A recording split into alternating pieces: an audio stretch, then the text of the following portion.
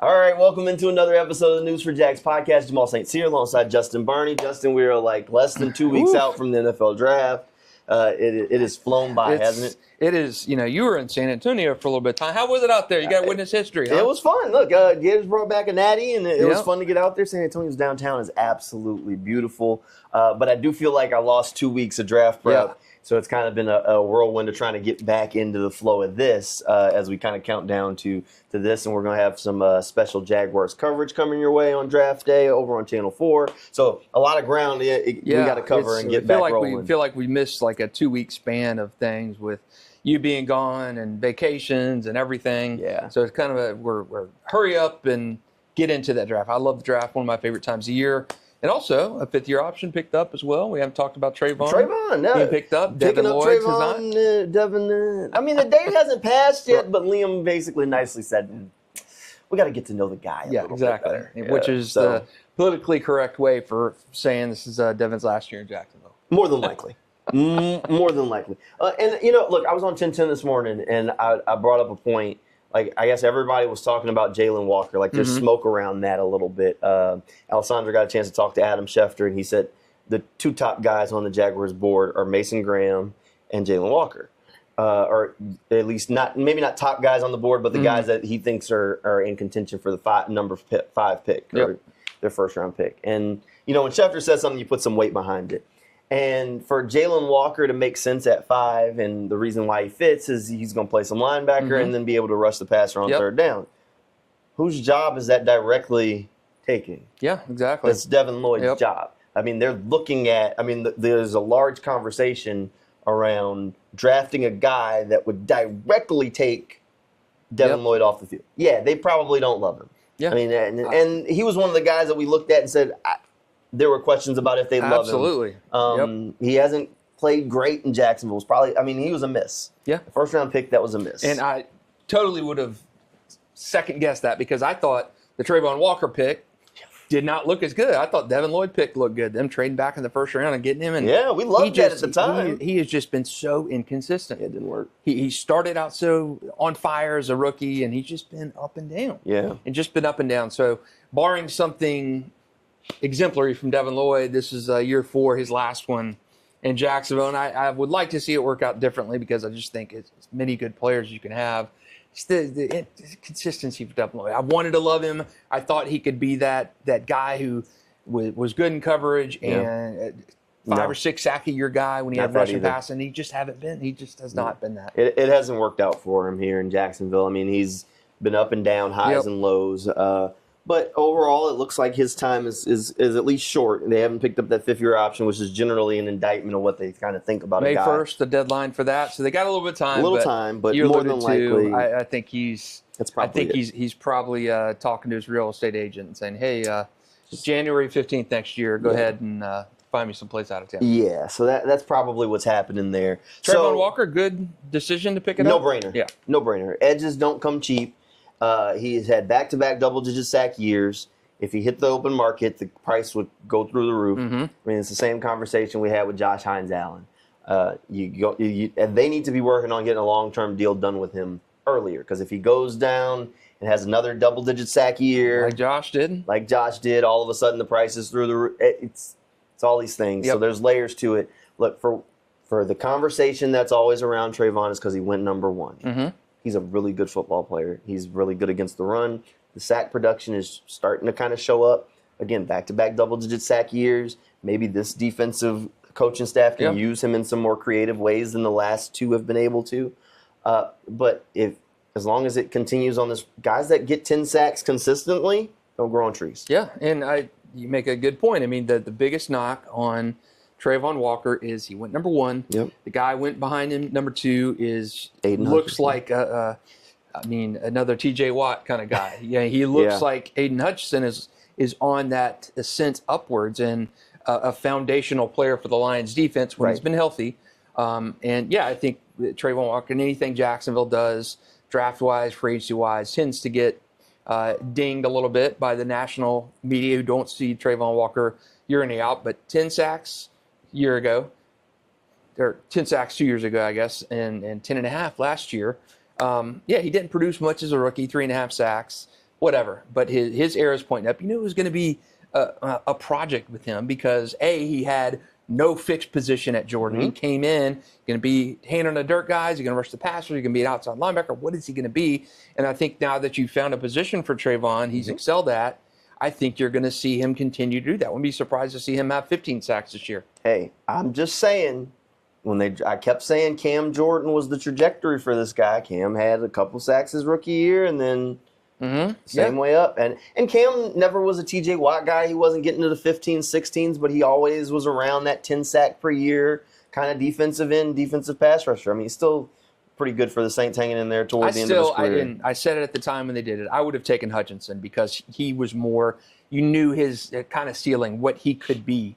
Trayvon was a project. Yes, you were developing him. You were going to develop him, and his ceiling, Trayvon's ceiling was higher than Aiden Hutchinson. But would he get there? And I think Aiden has gotten there a lot quicker in the NFL than Trayvon has. That's the kind of draft philosophy kind of thing. And I think we'll have that conversation at some point before the draft as we kind of talk about some of these mock drafts and things. Because at times, the question, and it's based on feel. In that first round, do you take a guy who you know has a high floor but is the safe pick? Or do you go for the potential? Do you take the home run swings? Like, how do you feel? Like, Emeka Ibuka, the wide receiver from Ohio State, I think he's going to be a good receiver, but I don't see him as like a superstar receiver. So there are people talking about him and mocking him in the first round. I don't think I'd do that. I think there are receivers that have more potential than him. But if I take him, I know what I'm going to get. And that's the same thing with Hutch Walker. The argument there was you knew Aiden Hutchinson was going to be a 12-sack-a-year kind of guy pretty consistently. And he was going to be kind of your double. He was going to be your singles and doubles hitter. Trayvon, if you drafted and hit it out of the park with him, the freakish athlete he is, could be a superstar. He could be an all-pro kind of guy, a triple home run kind of guy. But the risk there was more of a calculated risk with Trayvon than there was with Aiden. I thought Aiden was more of the safer pick, and obviously Jacksonville went for upside over that pick. But I do think by year 5, Trayvon is going to be potential all-pro kind of guy. He's got that talent. And, again, 3.5 sacks, 10 sacks, 10.5. He's continued to produce. He's better in run support than Aiden Hutchinson ever will be. Yes. And just the sack. I mean, overall, you draft a guy, he's gotten back-to-back double sack years on bad teams. 2 of his first 3 years in the NFL. That's pretty good. That's pretty good. But if he wasn't being compared directly to another and that's the difference. And you mentioned it. Is Aiden Hutchinson's not a great run defender. Yeah. He does do some other things on that defense, but they also scheme him up to get these one-on-one matchups coming off the edge and play him to his strength. Trayvon doesn't get hasn't gotten that same benefit where he's on the other side and him and Josh are kind of just go do it. And if the team adjusts, and Trayvon and Josh have gotten double teamed along the way, Trayvon's gotten more than his fair share of double teams in his NFL career. But Trayvon's also, he's a bulldozer against the run. Even that rookie year when they went into the playoffs and he only had the 3.5 sacks, go back and watch that last game of the season against the Titans. Yeah. Derrick Henry struggled, and it was largely because Trayvon was just a wrecking ball that day. Yeah. And those are the things that it doesn't go on the stat sheet. It's like, I'm banging the table, and we'll do mock drafts in a second. I am banging the table for the Jaguars to get a big 0, a nose tackle that is dominant and can clog the run. What they thought they were getting from Devon Hamilton, that's what they need at defensive tackle in the middle of that defense. That's what they don't have. And those guys don't get a ton of love. Vince Wilfork was one of the better nose tackles. Casey Hampton. Those guys are getting 2 sacks a year, maybe. Yeah, everybody's not Vita Vea. Right. Those guys don't even always get a bunch of tackles. Right. Because what they do doesn't fill the box score, doesn't fill the stat sheet, but it opens up things and opens up lanes for their teammates to go and make plays. You're taking on the center and the right guard, so your edge only has a guy to deal with. Yeah, one guy to beat. If you're a good edge, you're getting there. That's it. You need to be able to eat double teams. He's a space eater. He gets his hand on the running back to slow him down, and the other guy comes in and cleans up. They need that guy. And that's similar to some of the stuff that Trayvon does. It's It's stuff that doesn't show up on a stat sheet. It's stuff that doesn't doesn't sell jerseys. It doesn't get you on the Wheaties box. Right. But it's stuff that matters when you start talking about wins and losses in football games. Yeah, you got to. And you looked at, I look at the trade for Marcel Darius when he came here and what that did for the team. Jacksonville's run defense sucked at that time.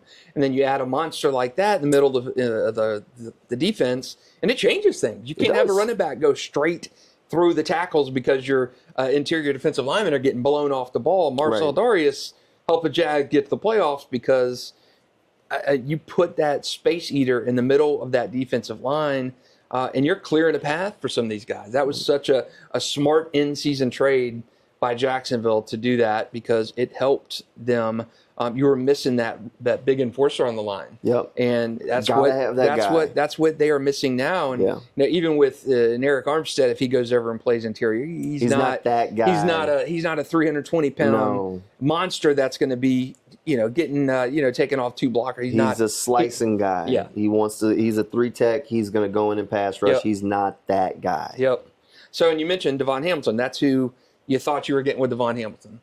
And he's not been the same since stuff happens. He hasn't been not been the same. No, hasn't been the same. So you need to come away with that. And I do think new scheme, new system. Hopefully you get some muscle on that line in the draft, whoever it may be. But just you get a big guy there. I mean, I don't think Jordan Jefferson is the guy coming back. I don't think Mason Smith is that guy. I'm not even penciling. I mean, Mason Smith's he's the same spot as Eric Armstead. I mean, I'm not even penciling Jordan Jefferson in for a roster spot right now. I mean, he was, a 6th-round pick from the previous regime. Yeah, it's interesting because I'm with you. I do think to unlock a Trayvon and Josh, you've got to have that. You got to have a push. You got to have that push inside. You've got to be able to have a player who can eat a couple blockers up and free them up. And you're talking milliseconds of what these guys do. Yep. I mean, you have a big 330-pounder, chip the offensive guard. Trayvon shimmies inside. I mean, we're talking footwork and we're talking just split seconds to help Trayvon and Josh do that. And Jacksonville has lacked that so many years where you've just not had that big body inside. And they've tried to use the quick edge kind of strategy because you've not had any defensive line talent to do it. And I think you've seen that's why Josh Allen getting 17.5 sacks was just mind-boggling. Right. You didn't have a lot of help. Not at all. Not at all. At all. All right. So as we get closer to the draft, we're going to do a couple of mock drafts along the way. So today, Justin and I did individual mock drafts that we'll kind of roll out. No trades in this thing, and this is kind of what we would do. We'll try and get one where we open it up for trades at some point here soon, and then we'll do what we believe the Jaguars do early next week at some point. Now, we did not look at each other's we have not seen drafts. So this will be completely cold. Yeah, completely cold. Yes. So, all right, you want to pull your? You want me to go first? Yeah, go. All right. So mine did not fall favorably for me. Nor did mine. Okay. So the first round, let me take you through the first 4 picks. All right. Cam Ward goes 1. Shadur actually goes 2. Oh, wait. No, that's not right. Yeah, it did have Shadur. I didn't even catch that. Whatever. Cam, Shadur, Mason Graham's gone, Travis Hunter's gone. I should have taken Abdul Carter. I'm an idiot.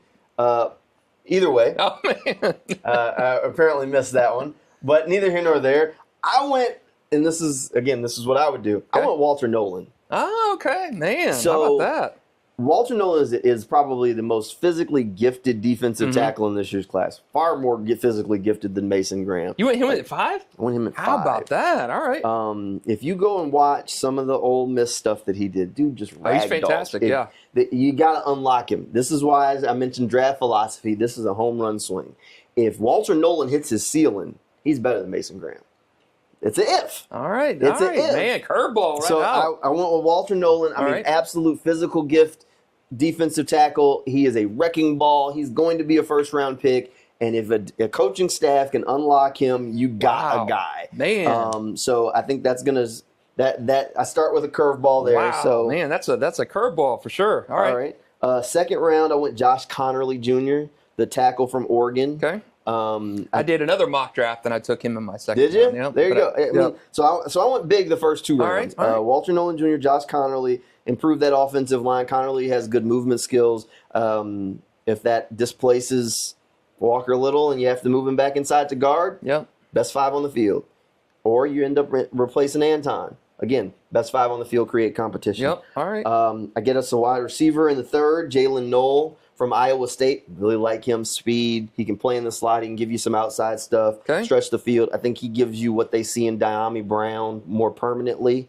I got Kevin Winston Jr., the safety from Penn State, in the 3rd. He's coming off an injury. I think that's a value pick. They need safety help. Ashton Gelati, the defensive end from Louisville, is at 4th pit round at 107. Got to get that third edge. Yep. Gelati gives you that. I think they'll love Gelati. Noel Williams, cornerback at 126. Ball hawk, had a bunch of interceptions last season. Again, got to add to that cornerback room. 142, I go Seth McLaughlin from from Ohio State. He's kind of a draft and stash kind of guy because he's coming off a late Achilles pick. So improve the interior of the offensive line, just not right now. Right. I get my running back at 182, Kyle Monungai. Love him. Okay. Absolute Kyle Monungai stan. I think he's a guy who's going to play. All right. If they draft him, he's immediately their passing down back because he's the best pass blocker in the running back room without question. At 194, I go to Florida and get Cameron Jackson. Okay. So with Big Cam gives me the 0 that I wanted. Okay. He ain't going to give you nothing in the pass rush game. Nothing. All right. But he'll clog the running game, so you get Cam Jackson there. And I actually go back to Gainesville at 221 and get Elijah Badger. Gives you a second wide receiver. Really wanted to double dip there to build some depth. And I think he's a guy who somebody mentioned something to him, and I went back and watched him and started asking. I was like, man, how'd I miss this guy?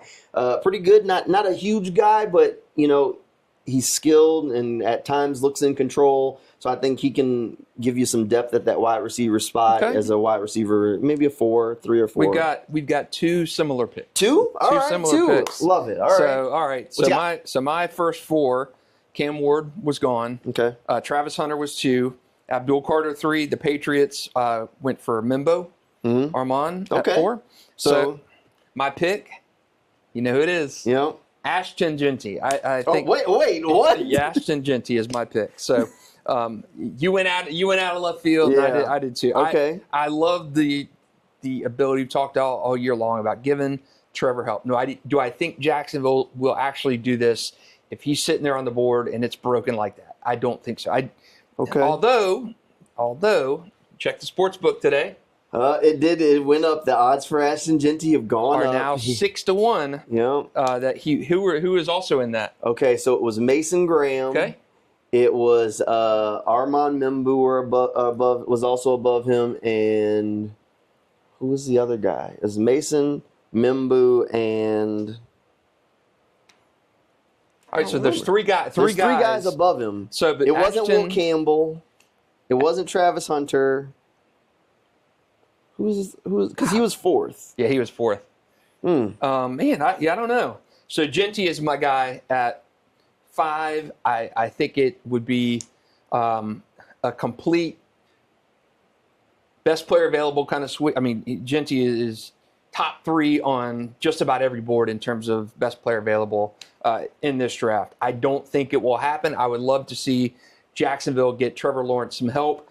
They've invested in the offensive line. I think you've got to get somebody in that backfield that Trevor can trust. Ashton can run the ball. Early on in his career at Boise State, he was a receiving threat. He ran a lot more than he did before during this final season. Jalen Walker. So it was Mason Graham, Jalen Walker, Armand Mimbu, and then Ashton Genty. Okay. All right. So Ashton's odds have fallen from 50-1 to 6-1 in terms of being there at number 5. The line's moving. I don't think it will happen, but I think that would give Trevor a playmaker. Travis Etienne can't be trusted. Tank Bigsby can't be trusted. Dang, man. Etienne missed his rookie year injury. Okay, scratch that. Great second year. Third year. Fourth year. Just been kind of a guy. He's fallen out of favor. I think Trevor gets a guy he could trust there with Ashton Genty. Okay. Running back is back in vogue. You see Derrick Henry, Saquon. Yes, those teams have excellent offensive lines. Excellent offensive lines. So I go Ashton Genty at 5. Against the grain pick, yes, I know. Running back at 5. I would, this situation we didn't trade back, I would trade back in this situation if that came to pass. I would trade back. Yes. Maybe fall back to trades were not on the floor. Yeah, so I would trade back in this situation to maybe a 9 or so to do that. Anyway, so Ashton's my pick at 5. Don't think it'll happen, but he would be my guy. Okay. I'm going back to the SEC. Well, Omar Norman Lott, defensive interior. The Connerly guy was already gone. I would have taken him. I took him in another mock draft. Tate Ratledge from Georgia, interior offensive line help. Andrew Makuba, the safety from Texas. I think he came in our last draft. He is the pick in the 3rd round. Defensive interior, I'm going heavy on defensive interior early on. Ty Robinson from Nebraska. Big guy, sack ability there. 4th round, my 2nd pick, Kyle Williams of Washington State. Big, nice pass catcher. Nice season he had there. Seth McLaughlin, another guy, kind of a draft and stash guy. Center, Hainsey is, I don't know if he's a long-term guy, but again, a valuable draft pick as insurance. Yes. Again, he's not going to start this year. They have a bunch of draft picks. You can't keep everybody. Yep. Another overlap here. Cameron Jackson from Florida, the big guy. We're talking about, the space eater on the inside line. I've gotten 3 defensive interior linemen. R.J. Mickens is my pick in the secondary at safety in round 6. And my round 7, I always like to draft a quarterback, Tyler Shaw.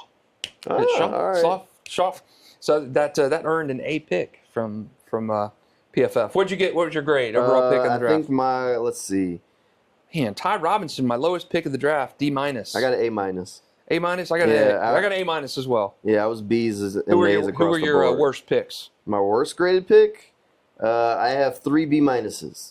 They gave me a B- for Seth McLaughlin, Kyle Monungai, and Walter Nolan. Man, I got a D- from Ty Robinson. Dang. That's terrible.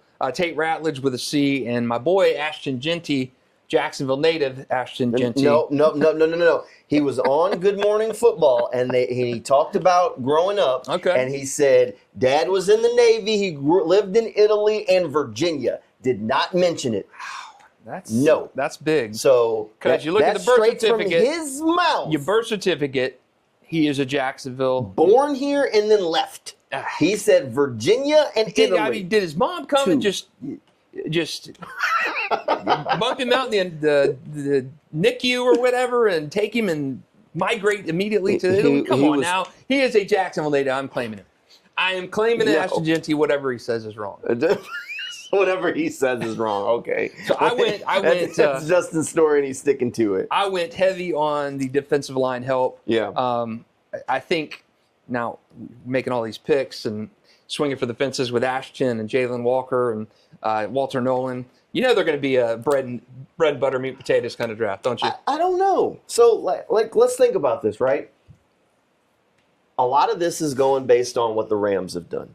Let's think about the Rams draft when they've had first-round picks, which the Rams have not. Not often. Historically. Last year, they drafted Jared Verse. Yeah. That's a kind of flashy kind of pick. They drafted Jared Verse in the first round, who it worked out. A lot of sack production for him, and played really well coming out of Florida State. So I don't know. I think it's going to be bread and butter-ish, but I think there's going to be a little shock value there. I think somebody asked, I'm trying to think about which one of them this was that they talked about. Was it McVay asking about it? It was somebody, but they were talking about guys with athletic traits and maybe out of left field picks and guys that don't fit the mold. And they basically said, well, we took a chance on a guy named Aaron Donald early in the draft, a defensive tackle that had short arms. And it worked out pretty good, I'd say. So I think there could be some splash there. And a little flash along the way. I don't know if it's the Ashton Jeanty. I think they have to go wide receiver at least twice, and preferably early. I don't know if they'll love Tet McMillan though. I don't think they do, but it wouldn't surprise me if their second round pick is a wide receiver along the way, and if they go running back early either. I think they have to get better at those splashy positions too. Yeah, that makes sense. Yeah. Everybody's connecting the dots for running back for a reason. Mm-hmm. They have to be buyers at receiver because, riddle me this. It's the second preseason. They're doing joint practices. Brian Thomas Jr. goes out there and pulls his hamstring. What's the first thing you say? Gabe Davis is your guy. Besides a bunch of expletives and praying to God that the hamstring injury is, yeah, I know. So, and that's the thing. So you can't wait too long to go wide receiver. And I understand, Ted McMillan isn't necessarily in vogue as the pick at 5 right now. And I'm not a Matthew Golden at 5. That's too rich for my blood. I'd rather Ted. I think Ted has more seal into him. But now Luther Burden in the draft that I did went 1 pick before. Oh, did he? In the second round? Yep. So that would have been. So I make that pick now in the second round. And that's the thing. In the second round, they've got to get a guy. I think there's a reason Jack Besh is connected to them a lot, or these because they have to get help in that receiver room. I really like Jalen Noel. That's the only reason I was okay waiting until the third, because I was like, all right, I got to get this guy here. I couldn't wait any later. I think he'll be good. I think he might go before the third round.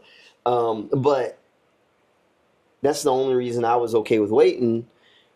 I think they got to add 2, because if you look at that receiver room, you can't know what you're going to get from Gabe Davis. Yeah. They don't know. He was bad last year, and I don't see him being better this year. He was a bad fit. Parker's been hit and miss, and he's gotten opportunities and shown up some and then disappeared at other times. The only receiver you can look at right now in that room and really know what you're going to get is Brian Thomas Jr. Yeah, I agree. And they might feel pretty good about getting something from Diami Brown. Maybe, but you really don't know. Yeah, it is unknown. Your tight ends are a bit unknown. I mean, Brenton Strange was forgettable as a rookie, showed flashes last year, but he had Evan Ingram that he was playing alongside last year. You don't have that this year. You got 2 bargain bin TMU signings at tight end, right? Yep. So, so there are so many unknowns with this Jacksonville. How will they draft? How are they going to be built? What are they going to prioritize in the draft? We saw them, to me, in free agency. The common saying, or what Gladstone has said, and Liam Cohn, they want to raise the floor of the team. Okay, you did that by getting discount kind of guys in free agency, but at some point you're going to have to get some home run swings. Is Diami Brown that guy?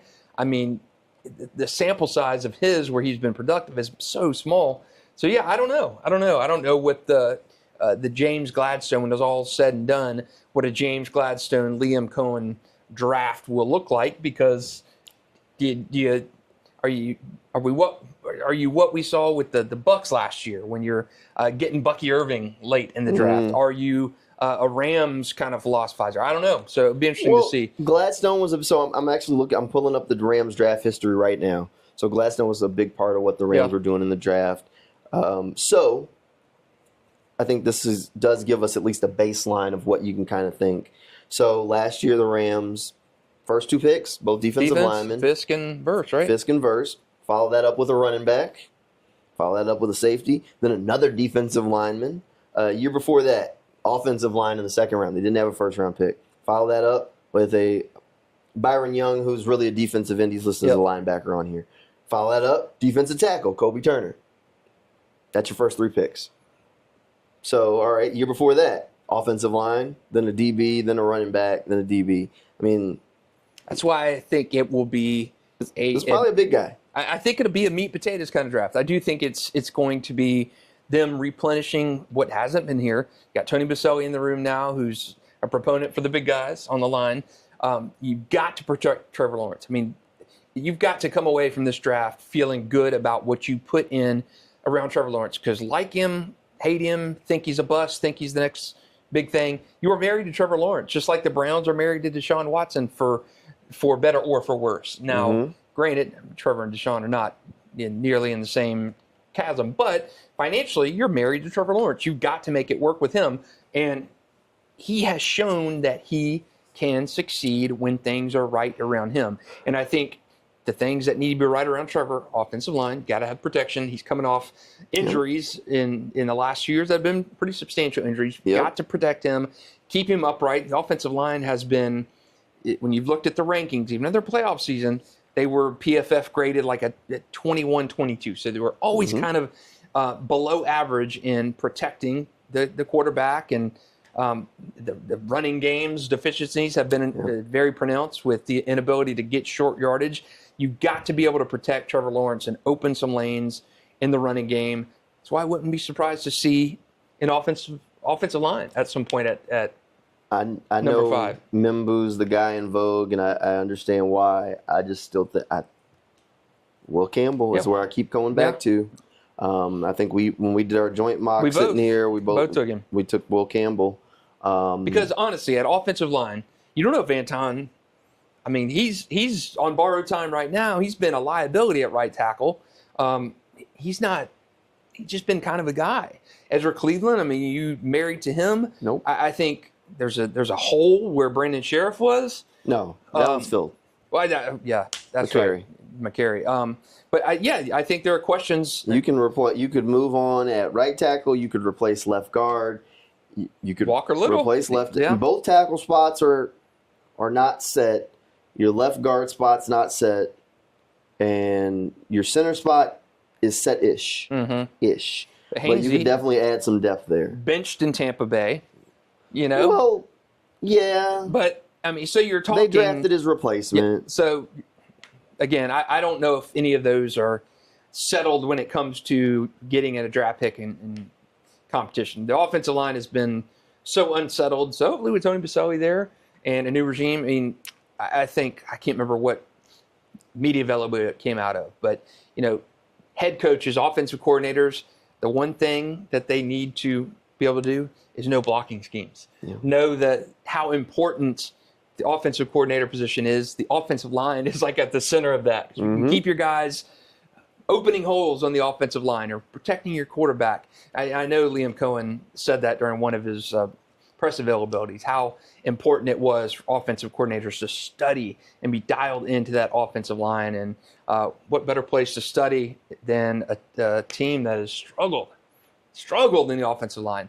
This draft has got to be about protecting Trevor, keeping Trevor upright, and really improving, I think, I say meat and potatoes, offensive line and defensive line. I think it's going to be a blue-collar kind of early on draft. It's just it's tough at both of those spots because no matter what you do, you have to – I mean, essentially you have to waste money this year. Mm-hmm. Because if you look in the defensive tackle room, we've had this talk, there's a lot of money there. A lot of it. That you Devon got paid. Armstead got paid. Mason, second rounder. Yeah. A lot of it. There's a lot of capital that you'd have to say, look, this was a waste. And it's not their waste, and they will or could do that. Like, I mean, I just had them taking a defensive tackle just like everybody else is connecting to Mason Graham. If you do on the offensive line, it's the same thing. Anton was a first-round pick, still on rookie deal. He was a late first round, but he was a first-round pick nonetheless. Walker Little, they just paid. Yeah. Ezra Cleveland just got paid. And Ezra's not a huge contract, but it also ain't a cheap one. Yeah. So the only two starters that you're putting in on the offensive line are the two they just signed. All right. Pretty much. And we're even saying Ryan Hainsey isn't locked as a starting center. He's just kind of penciled in right now. Probably your starter at center. I still have a twitch. Every time Liam Cohen says their other center, I'm like, talking about Luke Fortner. I'm like, His last year, though. Last year. He keeps mentioning him as like, we have two centers on the roster that know the offense, too. Two. Hakeem Olajuwon? What other center are we on this roster? Luke Fortner. Did you move somebody? Like, he's not talking about that guy. Like, I've watched enough Luke Fortner football. They've got the Kentucky connection. That's why. That's great. That's why. That is fantastic. Doug Peterson kept his son around, too. Josh was on the roster. Yeah. So, look, we'll see how it all shakes out. I think you're right to an extent. I think they are going to draft a lot of big guys. I think they have to. I think they have to. But I think they have to. They can't neglect the small guys. And if you look at the history with the Rams, they didn't. Right. They went running back and didn't make any bones about it. You got to get a Puka in the third, fourth round. Can you imagine hitting on something like that? Wow. When's the last time the Jaguars did that? Man, Telvin Smith probably. Jan was a mid-round pick, right? Yeah, Jan was a third rounder, I believe. Yeah, something he was solid. Yeah, he was really good. Although Telvin was probably one of their best, third day kind of picks. Gotta be. They haven't had many. No. I'm trying to think. I mean, just about everybody's like a free agent signing. Yeah, I mean, Rasheem Mathis, excellent second-round pick. Yeah. I mean, when I look back at defensive line, though, it's why when I go back to the Mason Graham talk, I look at John Henderson and Marcus Stroud. Yeah. Back in the 2000s and how good those guys were and how big they were. Mason Graham doesn't strike me like that. I like Mason. I don't love him. I mean, I'm not gonna like. I'm with you. I was listening to somebody the other day. I don't remember what podcast this was on, but one of the guys said that if Trent Baalke was still here, everybody wouldn't be talking about Mason Graham to the Jags. They'd be saying it's Walter Nolan because Walter Nolan has the physicals. He's the bigger guy. He has more length. Mason has the shorter arm. It's not that I don't care about Mason's arms at all. I just don't think he's what the team needs. Like, I won't hate it because I think he's a really good football player. I think he's really good at Michigan. I think he can do some good things, but they need the huge guy more than they need. And I took Walter Nolan, and he's not that guy either, but I went back and got Cam Jackson. I'm saying one thing and then I did another. But my point is, like, if Mason was this huge defensive tackle, which I think they can get the big guy like Kenneth Grant, I think Kenneth Grant is a better fit for what the Jaguars need. I like the Ohio State. Tyleik Williams.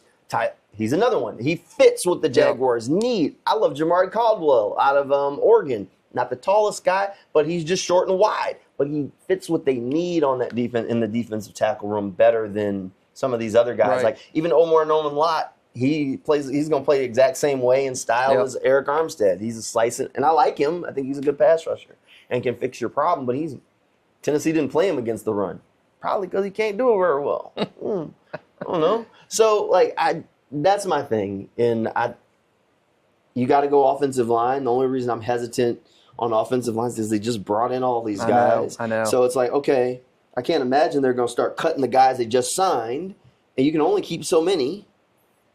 So they brought in 4, right? Yep. All right, you got 4. You got 5 guys on the. Well, no, all right. So if we say they signed 4, plus you got Anton, Walker, Ezra, that's 7 right there. All right, so you draft 1, you're at 8. How many you planning on keeping on the O-line? Yeah, true. I mean, we're starting to get into those numbers. You're probably going to keep 10. So you keep 9 or 10, which is fine. So you got maybe 2 spots up in flux right now, and you still got other guys on the roster, which you can cut all of them. I mean, that's not a big deal, but I just don't know that you're double dipping.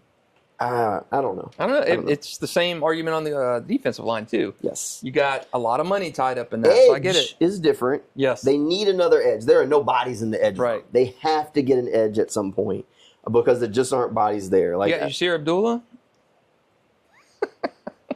You got Miles Cole, too. Another one? Hey. Yeah, I mean, so it's not a full room. Right. It's not a full room. I mean, they've bounced back and forth. I mean, I guess what you're talking for Jalen Walker or what Abdul Carter would do, Yasir could do that too. That's right. Stand him up on early downs. The fastball, right? That's right. And who's the old? That was Mike Caldwell. Mike Caldwell, the fastball. He's a fastball. So we'll see. So those were our mock drafts that we did what we would do. I guess curveballs in the first round on both of them. Yeah. We'll do another one of these before the draft, and we'll open it up for trades. I think perfect world, this team would like to trade back. So, yes. The question is, does somebody want to trade up? You got a dance partner. You got to have them. Got to have a dance partner. So we'll try and get that done, and then we'll roll out those final mock drafts of what we think the Jaguars are going to ultimately do here soon too. Welcome back to town. Hey, San Antonio was nice. That's right. But glad to be back. Glad to be back, and glad to have one of these under our belt. So we're counting down to the NFL draft. Don't forget draft day. We'll be live over on Channel 4 from 7 to 8. And then if you go to newsforjax.com, forget ESPN. Once the draft starts, we'll be there, and we'll keep you up to date pick by pick until the Jaguars are on the clock. And once the pick is in, we'll talk all about it. We'll have it all wrapped up right there on newsforjax.com and the News for Jax Plus app. So, hey, thanks for hanging out with us on this episode of News for Jags podcast, and we will see you next time.